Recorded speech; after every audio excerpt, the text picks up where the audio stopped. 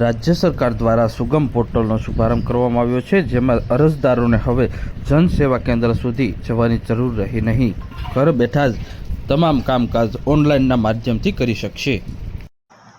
ગુજરાત સરકાર દ્વારા તાજેતરમાં સુગમ પોર્ટલમાં અરજી કરવાનું નિર્ધારિત કરવામાં આવ્યું છે કે વિવિધ દાખલાઓ જે આપણે જનસેવા કેન્દ્રમાંથી મેળવતા હોય, આવકના દાખલા છે, ઓબીસીનો દાખલો છે, નોન ક્રિમિનલનો દાખલો છે, રેશન કાર્ડમાં નામ સુધારાના છે, તો સરકાર દ્વારા સુગમ પોર્ટલ શરૂ કરવામાં આવ્યું છે. સુગમ પોર્ટલમાં તમે ઘરે બેઠા ઓનલાઈન અરજી કરી શકો છો અને ઓનલાઈન અરજીનો તમારે એક જ દિવસમાં નિકાલ થઈ અને તમને તમામ સુવિધા પૂરી પાડવા માટે સરકારે ઉત્તમ સુવિધા શરૂ કરી છે.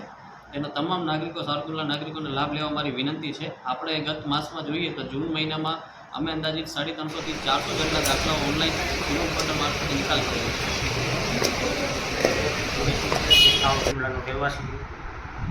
જે આ ઓનલાઈન જે સરકારે યોજના બહાર પાડી, જે વોટ્સઅપ નંબર જાહેર કર્યો, એમાં લોકો માટે એટલો ફાયદો છે કે જે કોઈને ધક્કા ન થાય, કોઈ વસ્તુમાં અડચણ ન થાય, સોગંદનામા રજૂ ન કરવો પડે, એક મેસેજથી આખું કામ તમારું જે જાતિના દાખલા છે એ તમને આરામથી મળી રહે, એવી આ રાજ્ય સરકારે આ યોજના બહુ સારામાં સારી બહાર પાડી છે.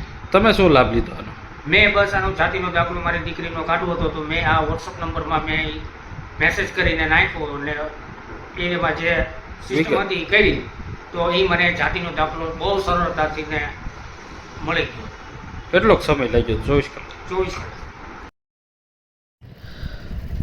ગુજરાત સરકાર દ્વારા સુગમ ડિજિટલ ગુજરાતની પહેલ શરૂ કરવામાં આવી છે, જેમાં 20 જેટલી સરકારી સેવાઓ ઓનલાઈન લાભ લઈ શકશે અને જેમાં ખાસ કરીને હવે કચેરીઓના ધક્કા ખાવામાંથી મુક્તિ મળી છે.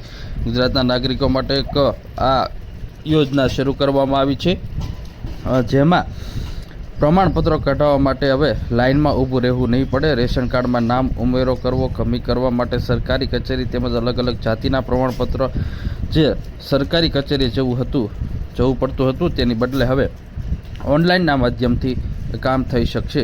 પ્રથમ તબક્કામાં 5 અલગ અલગ વિભાગની 20 જેટલી ડિજિટલ ગુજરાત પોર્ટલ પર ઓનલાઈન સેવા કરવામાં આવી છે, જેમાં નોન ક્રિમિનલ, જાતિનો દાખલો, આવકના દાખલા, પુરવઠા કચેરીના અન્ન અને નાગરિક પુરવઠા વિભાગની 6 સેવા, જેમાં રેશન કાર્ડનું નવું નામ ઉમેરવું, કમી કરવું, રેશન કાર્ડમાં સુધારો, અલગ રેશન કાર્ડ કરવું, નવું કે ડુપ્લિકેટ રેશન કાર્ડ કરવું, તેમજ અલગ અલગ એસટી અને એસસી કચેરીના પણ ઓનલાઈન દાખલાઓ હવે ડિજિટલના માધ્યમથી મળી શકશે.